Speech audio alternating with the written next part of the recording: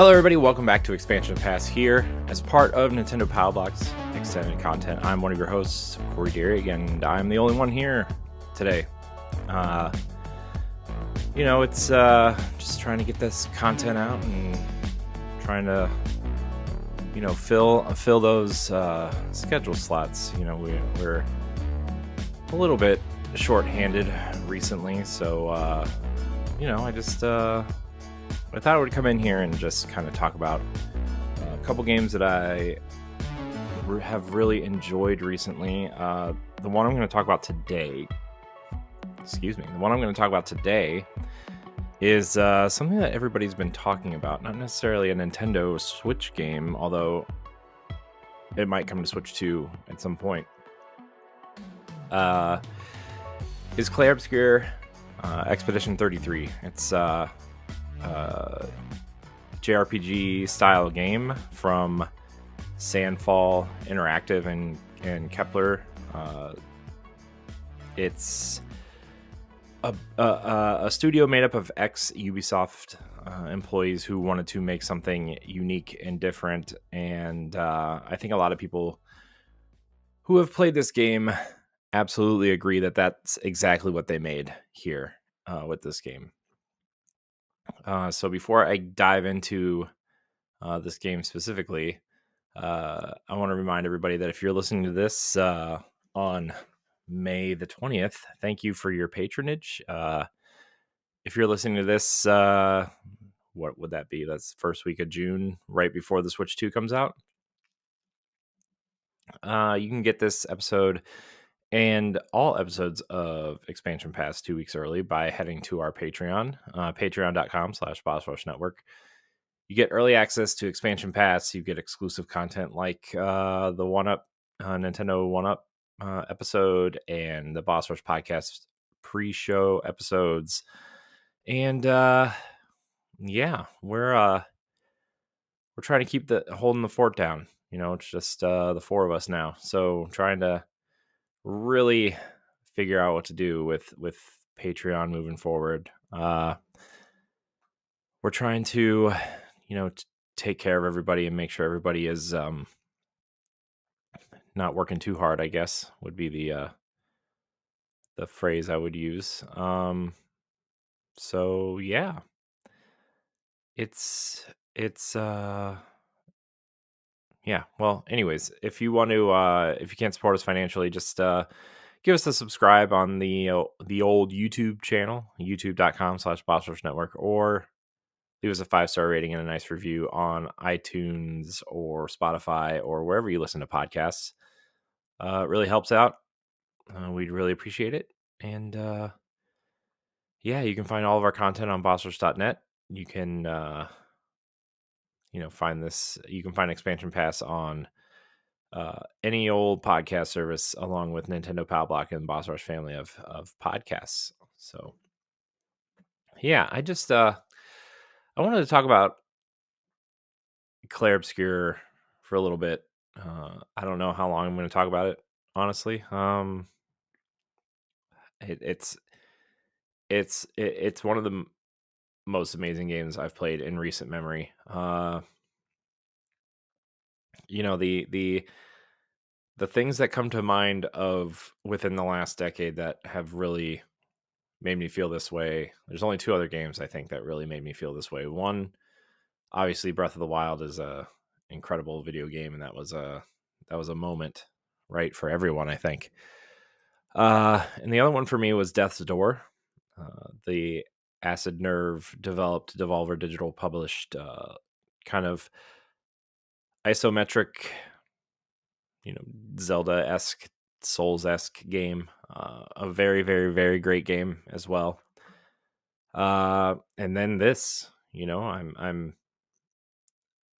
I'm shocked at how much I like this. It's you know what? I'm gonna add Nier Automata to that list, although I haven't finished it yet, so I can't really, say that. I guess I would like to finish it at some point, but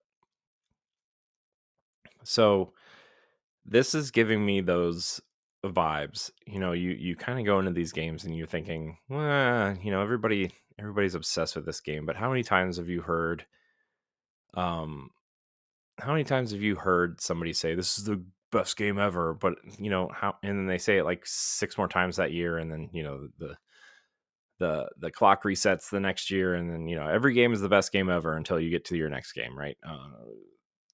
There's a lot of people on the internet that say that, and so I started here, like when we started hearing about this game, I think it was at the Xbox showcase last year. They announced it was coming to Game Pass. It looked cool. It looked really cool. It kind of reminded me of like Persona meets The Order almost, right? That's kind of the vibes that it was giving off. Uh, but like, hearing that it was a JRPG, when I saw the game, something like that, I was expecting something more along the lines of I don't want to say Gears of War, but like, I guess The Order. I guess they're similar in a way, right? Like the cover based shooter with unique weapons and maybe some magical spells. I guess a little bit more of a steampunk fantasy version of um the the game I really Outriders, right? So, um, but I've been really busy with other games. I was trying to catch up on some Destiny stuff, and finally, I realized that I hadn't played much that had come out this year. So I was like, you know what? This is the game that everybody is talking about right now. I need to talk about it. Um, we're going to just, uh, you know, just gonna talk about it. Sorry, I got a message. Um, and people are talking about it in our group chat, so I'm trying to delete the messages once they come through because I don't want to hear anything about it. Uh, I'm I'm about I think I'm towards the end of Act 1. I've played about 15 or 16 hours of it. I know that this game is only about 30 hours, but I'm taking my sweet time exploring and leveling up and learning more about the combat system and the characters, and doing some of the side stuff, and that's what I'm kind of doing right now with it. But I wanted to talk about it before uh everybody starts. I feel like this is one of those games that everybody like is holding each other accountable for spoilers and stuff. So this is going to be very, very, very light spoilers. A lot of it has already been seen in trailers and in marketing and stuff. But essentially, like, I'm not going to go into any major like plot twists or anything because honestly, I've only experienced maybe what two things I would say would be considered plot twists, but I don't even really think they're twists. They're just kind of like surprise moments. So we'll get into that later. But yeah, I'm gonna try to stay light on spoilers. I really just want to talk about just how interesting this game is in the combat, and this is a very, very, very special game. It's it's a it's so unique and so interesting. I mean, the premise of the game is kind of ridiculous, right? It's so over the top, and you hear the premise, and you're like, "What? Well, that's what?"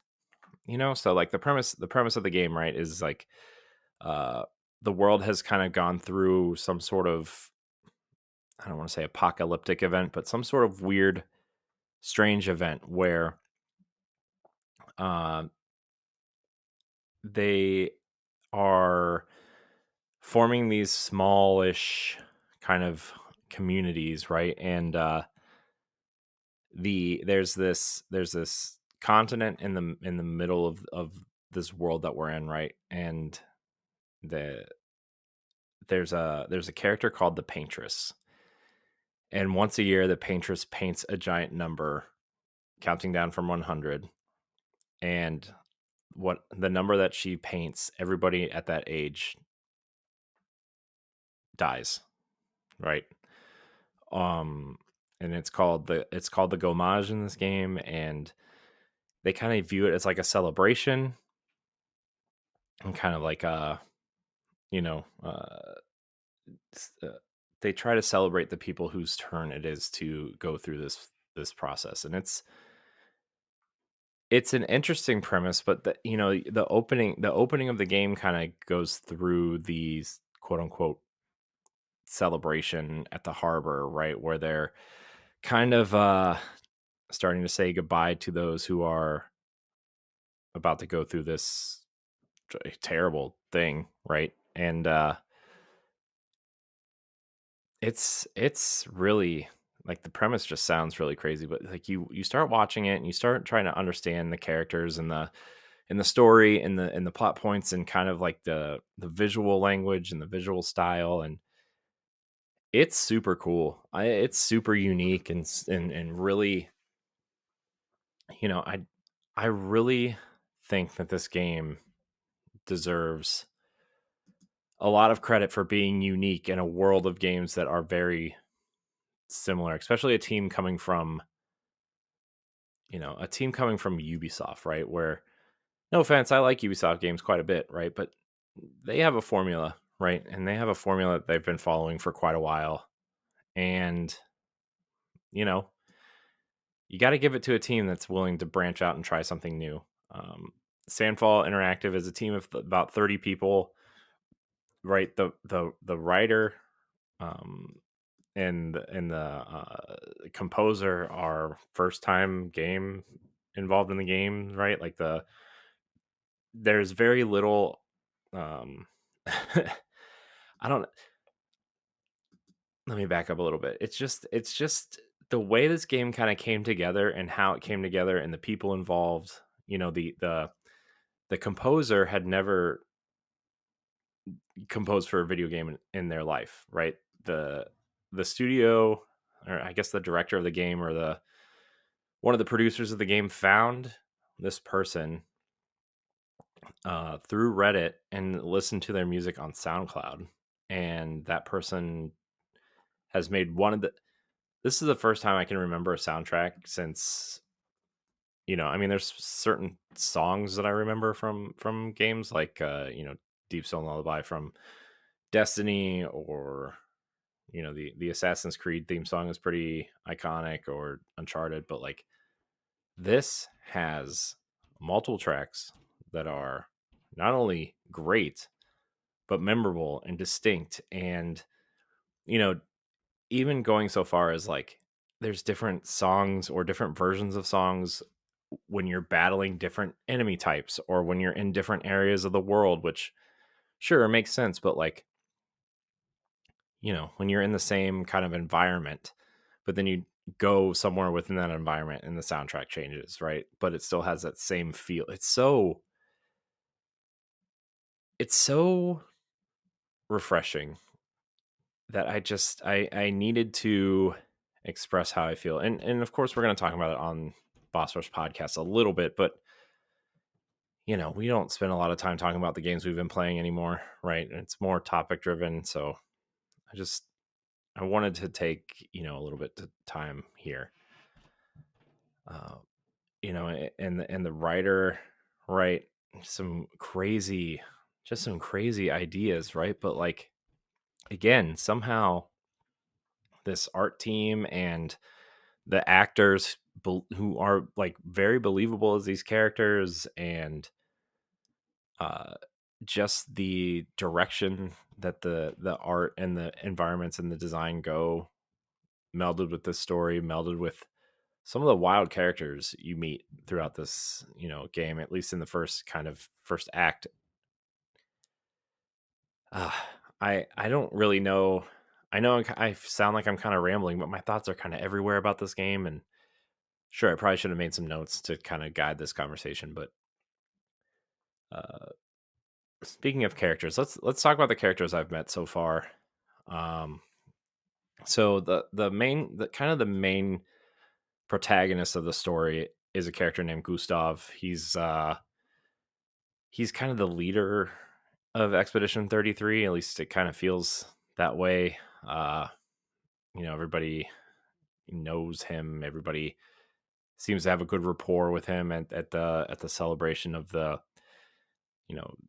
expedition leaving after the festival, right? That's kind of how this works, right? Where I guess I should go back to the festival and the Gomage, right? Like once everybody disappears during this festival, right?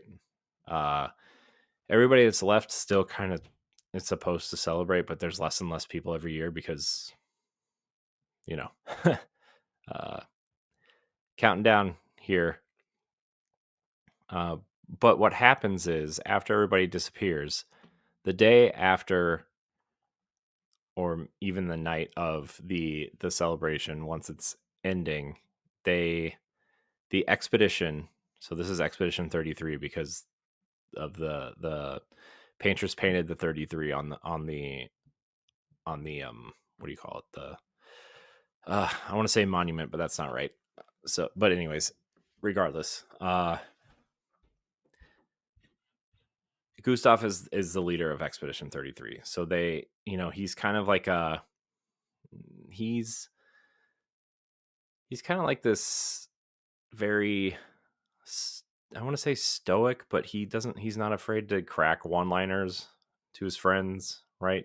It's a it's a very interesting kind of personality Gustav has, because Gustav seems to have this personality where you can already see that he has relationships with people, right? Based on how he talks to them, what he says to them, the jokes you know, with Mael, who he's the guardian of because Mael's parents were part of a uh, you know, Gomage a few years and he ago, and he was determined their guardian once they went through this, right? So he's very protective older brother slash father figure to her.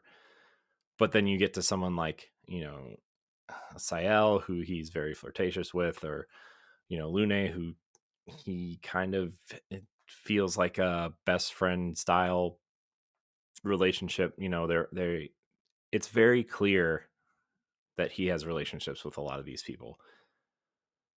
uh and the other thing about him is, this is where like this, I guess, the sci-fi aspect of it comes in, right? Where he has experimental technology where they replace his arm with essentially like a Winter Soldier style arm, right? Where it's like this metal arm, but it has a lot of different magic infused into it instead of like super strength. So, uh, you know, uh, the base magic I think you start out with is you know electricity, thunder, lightning, whatever. And you can charge it up in different ways by doing basic attacks and then using skills to kind of unleash the charge, right, in different ways. So that's super cool. Uh, but yeah, Gustav is a really cool character. They so Side tangent.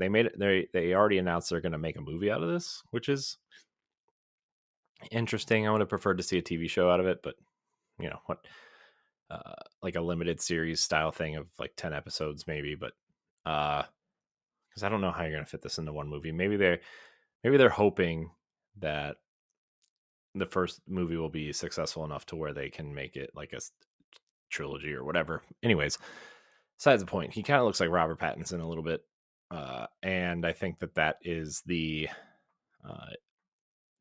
I mean, he looks just like him with some kind of longer hair and a thick mustache, like super cool looking character.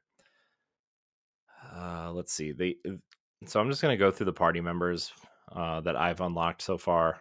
Uh, I don't exactly know how many there are. I'm really trying to stay away from spoilers as well. But so the first party member, once you get to the continent, right? There's a big event that happens, and you find yourself as Gustav kind of by himself. Okay, so I'm not going to ruin what happens, but you find Gustav by himself, and he thinks he's the only one that made it. However, whatever happened, right? It's because he finds himself by himself and doesn't see anybody or anything from the event that happened. But the first character you meet outside of when this event happens is Lune, who is a kind of like this. She looks like she's been experimented on or augmented in some sort of way, because one of the cool features about her when you're playing as her, I play as her primarily. You can switch between the characters when exploring, and I play as her primarily because uh, everybody has the sprint function when you're running around, right? But like the game doesn't control amazingly. It controls fine, right? It's a JRPG. You don't need it to control amazingly, although there are some platforming challenges that are a little bit difficult because the game doesn't control amazingly. But uh, the reason why I play as Lune a lot during exploration is because she has a glide. Instead of sprinting, she glides, and she kind of flies around, and it's just a much smoother, nicer experience to make your way throughout the world, or the different locations that you find yourself in. And uh, it's a really nice, smooth experience on Xbox Series X. That's where I'm playing it, is Series X. It's on Game Pass, but I bought a physical version of the game to keep in my collection, because the game is that truly amazing. Um, but she glides so that she has some kind of weird, not weird, but supernatural kind of thing going on, where she can kind of, in combat she floats, right? She wields a lot of magic. She's essentially your mage in this game, right? She wields a lot of magic. She uh super powerful in terms of you know using that magic. She also has a heal function, a heal move that I use a lot, because you need a healer essentially, right? Like I don't need to go find an expedition flag to recharge my stuff. Has the Souls style thing where like you go to instead of a bonfire, you go to an expedition flag and you can rest and upgrade your character and whatnot. But then it kind of reloads all the enemies in that area. Um, but so I try to keep her at least one of the move sets as a healing uh, factor. I also have, going back to Gustav real quick, he's kind of the all around character. He can kind of wield some magic. He can heal. He can protect. He can attack. He's the all around character, you would say. But Lune kind of has like the augmenting stuff kind of comes from her. Like her legs have augments in them. It looks like you can't really see them in her main costume, but there are costumes where the backs of her legs are showing, and you can kind of see like, oh, this is this, and it kind of looks robotic in a way, but still covered in skin, kind of not Terminator-esque, but more of like a, I don't know, cyborgy-esque way, I guess. I don't know. It's interesting, we'll say. So and again, maybe they explain it later. I'm not 100% sure. I'm not, maybe they don't explain it. Maybe they just think, hey, you should just accept what's going on here. Uh, Mael, I talked about her earlier. She's the kind of the youngest member of the expedition. She decided to go with Gustav because she didn't want to stay alone, and sh the thing about the expedition, right, is like they spend the last year of their life going on the expedition to try to take out the paintress and stop this cycle, right? That's the point of these expeditions. And there have been what, counting down from 100, so 66 before them, I guess 67 before them. I guess it would be 67 because there was an expedition 0. uh but it's kind of come to light as you're getting down into these younger generations of this world. You spend the last year of your life going on these expeditions and trying to make it further than the last expedition, try something new, try something different. And that's where these augments from Gustav and Lune kind of come in, right? Is like they are trying something different. They've been doing these science experiments on, Gustav's arm, and Lune can hover and float and use magic style things. So, but Mael is 7 years younger than Gustav, and she had 7 good years left before she went on an expedition. Uh, and yeah, it's she's kind of the we'll say during the story, just keep an eye on her. There's some interesting things about her that I didn't really see. Uh, you know, it's she's really powerful in this game. She wields magic through her weapons, uh, so that's pretty cool. Uh, you know, sh there's not really much else to say about her without spoiling things. But essentially, she's pretty powerful. I love using her. She has I guess her main mechanic in combat is like her stances, where she can like do an offensive stance, and then she has a defensive stance. But you can also use what I would consider normal moves, normal offensive moves, right? So, excuse me. I'm not. I'm just starting not to feel good. I feel like that's why my nose is getting stuffy. It's fine. We'll make it. And then the last character I've unlocked so far is Sael, who is a she's like the speed character, I guess you would say. She also relies a lot on luck.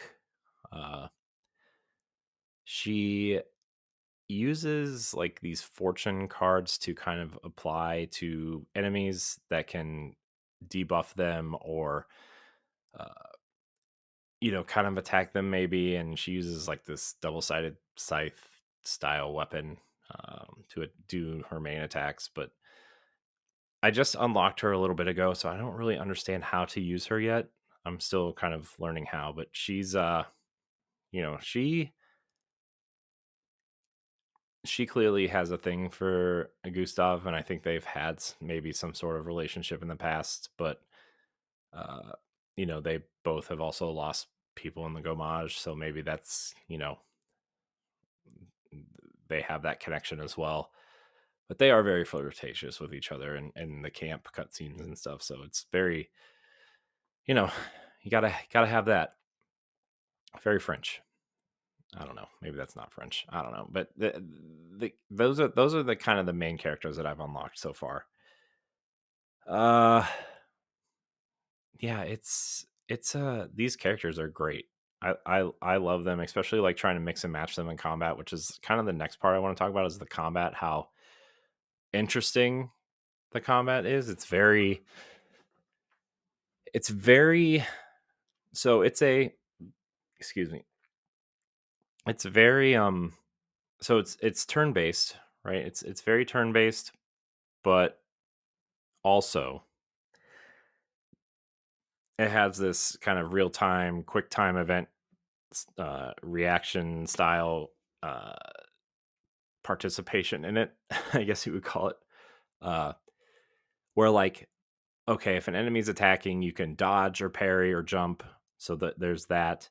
There's the kind of free aim mode. Everybody has like a projectile weapon that they can kind of shoot specific parts of enemies to kind of weaken them before they do their main attack, which is super cool. Uh, there's the kind of quick time events to make your skills hit stronger, which is super cool. And yeah, I really like it a lot. I really think this combat is unique. I wonder how many JRPGs are going to steal this combat at some point. Uh, the menu stuff is set up kind of like Persona a little bit, but uh, as someone who has played very little Persona, I just know what the menus kind of look like. um, the, the adding the reaction stuff to the combat is super. It's keeping me engaged in the combat, right? Where like somebody who just put 85, 90 hours into Fire Emblem, I could have cared less about the combat, right? A lot of the time I just had them auto battle because, I mean, once you get like 15 or 20 hours in a turn-based RPG and they give you the I mean, I was still telling characters where to go, but like the just auto battling, like, man, that was such a nice feature. But this is keeping me engaged and keeping me wanting to get the parry so I can get that bonus damage, or I've applied certain pictos to the character so I can get like a chance of like 25% more damage on a perfect parry counter, or stuff like that, right? And so it's really really smart design, and I'm very happy. um I'm very happy that this turned out to be such an engaging combat concept. uh, So, like I said, I haven't used Sael much, but I do use Gustav, Lune, and Mael quite consistently, and they are all very different in combat. But I think they complement each other well. I actually think Gustav might be the weakest character in my party right now in terms of how I like to use them.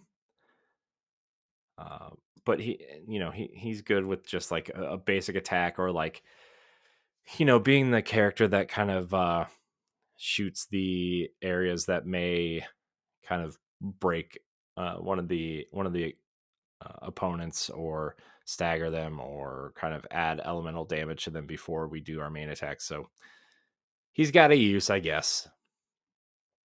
So those are the characters that I've unlocked for my party. I also unlocked I guess they're trying to use this character as like I don't want to say fast traveling character, but like the character that allows you to travel across water, or through terrain that's not exactly, you can't exactly walk through, right? I forget what this character's name is. Oh, it starts with an E. Eskia. That's his name. Eskia. He's like this big kind of, almost looks like kind of reminds me of Baymax from Big Hero 6 a little bit, just in the way he looks a little bit. I know it's not, but like he's very clearly a very powerful character. Like there's a part that shows his power, and it's like, oh well, you're just lazy, guy. Uh so I just got through that part, and yeah, I'm really excited to like go play it when I'm done recording this, because it's it's such a it's been such a wonderful experience. And you know I, it's become it's been a while since I've felt like there's a game that I'm looking forward to just keep playing, right? Like I think about this game constantly, to the point where like my power went out this past weekend for a long time, almost you know a day and a half, because of storms and whatnot. But I gotta I gotta tell you, this game, when my power went out, I was so, like, I was actively angry, because I was like playing it, and it was the first time I had some free time in a while. Aside from like, I'll play it for like an hour here, an hour there, 2 hours here, maybe. But like I was actually sitting down, I could play for like a long gaming session, right? And man, the power went out, and I was so mad. Uh, but regardless, it's and I put this on Blue Sky earlier today, at the time of this recording. So what, Sunday night, I guess. Uh, I know it's kind of recency bias, and I'm not finished with the game, and uh, but this is easily one of the best games I think I've ever played. And I'm not just saying like, this year, or this generation, or on this console, or whatever, right? It's seriously one of the best games I think I've ever played. And I got to give it to Sandfall and Kepler. Kepler found this game. maybe not found, but when they were pitching this game, they decided to take it on, right? And Xbox finding this game for Game Pass and believing in it to put it on the service, right? And this game still sold over 2 million units, presumably most of them on PlayStation and probably PC. People, this would be an awesome Switch 2 game. I know a lot of people are playing it on Steam Deck right now.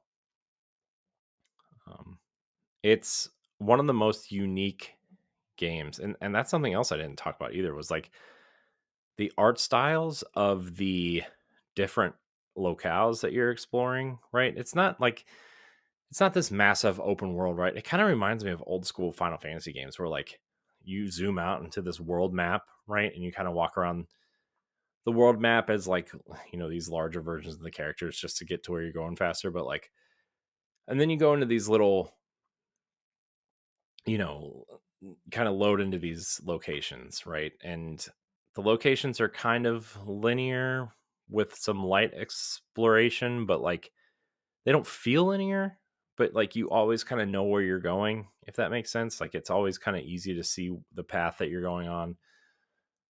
And it really reminds me of old school Final Fantasy that way. Like it kind of reminds me of like Final Fantasy 8 in that way. Um I mean 9 I guess to an extent too. um but yeah, it's super cool. Like I guess the level design, like please don't, and this isn't a negative against it, right?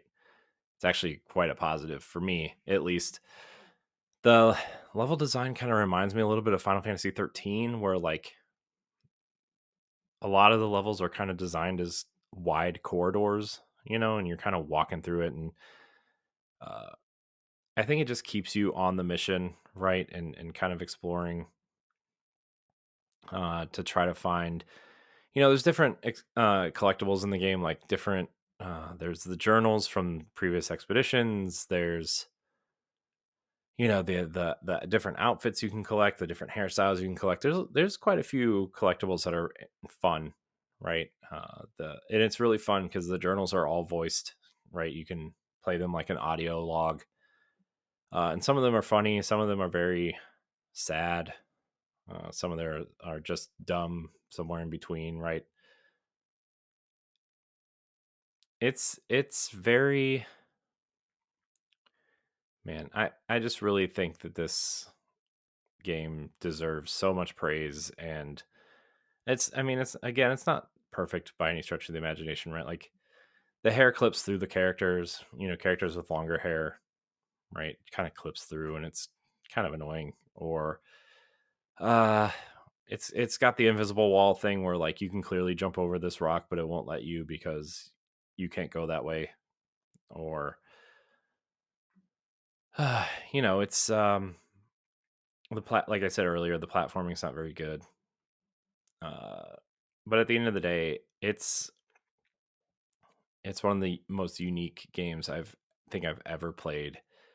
Has a lot of Lost Odyssey vibes in it.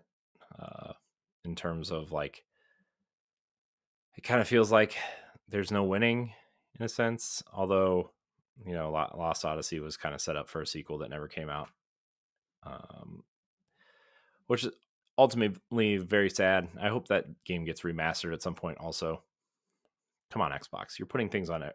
This game would murder on the Switch. Just saying. Lost Odyssey, murder on the Switch. Just like this. Probably do very well on the Switch and Switch 2. Probably Switch 2. I don't think it could run on the Switch. Maybe it could.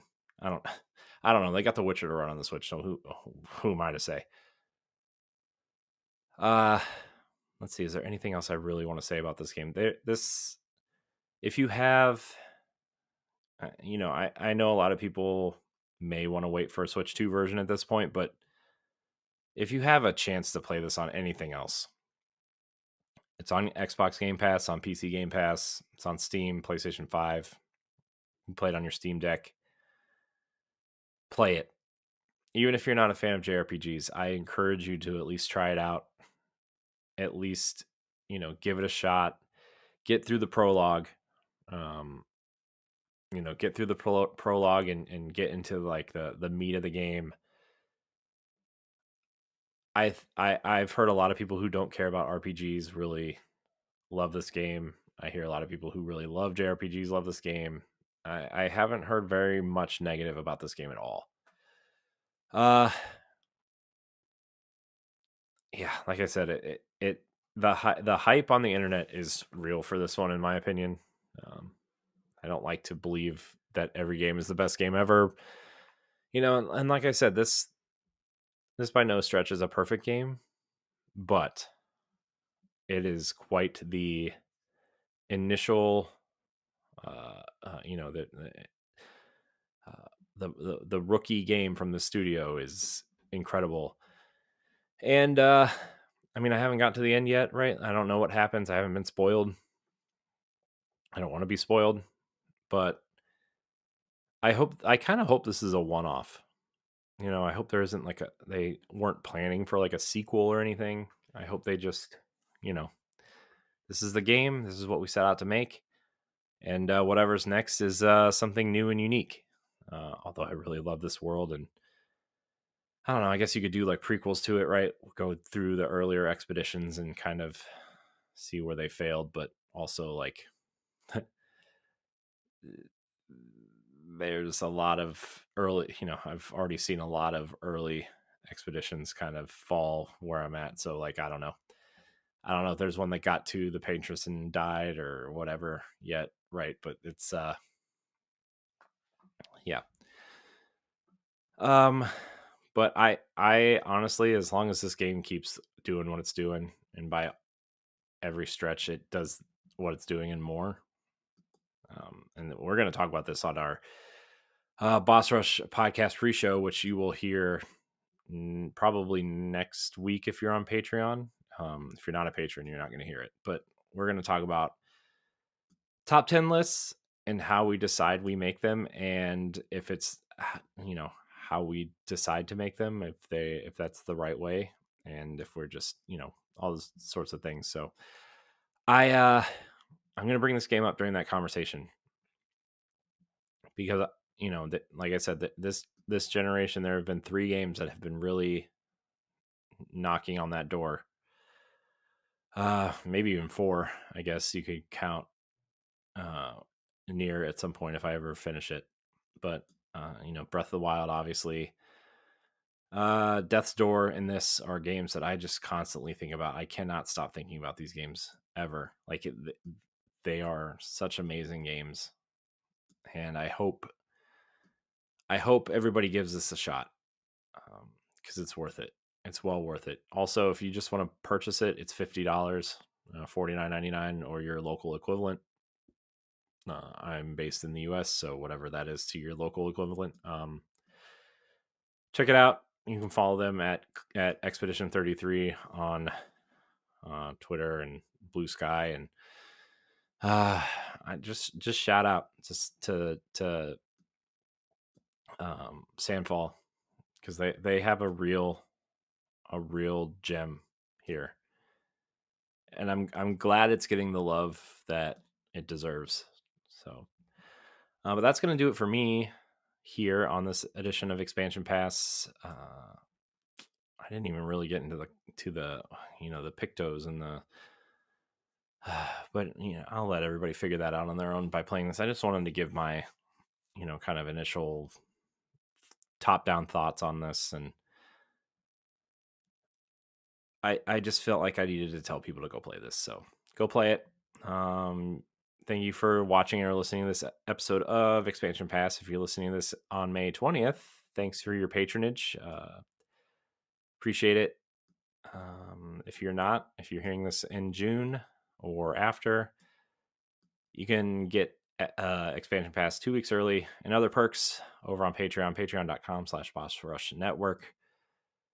Really appreciate it. Really appreciate you all out there for supporting us. And you can subscribe to us on YouTube at youtube.com/BossRushNetwork. Check out our website at bossrush.net. Thank you so much for watching and or listening. And until next time, we love you. Goodbye. If you want to see how you can become a Patreon producer, head on over to patreon.com/BossRushNetwork. The Patreon producers for this month are Adriel Munger, Austin Campbell, Celeste Roberts, Sana Dirrig, Francisco Santillan, Matthew Keel, Retro Stoy, and Christian S. Thanks for your continued support of the Boss Rush Network.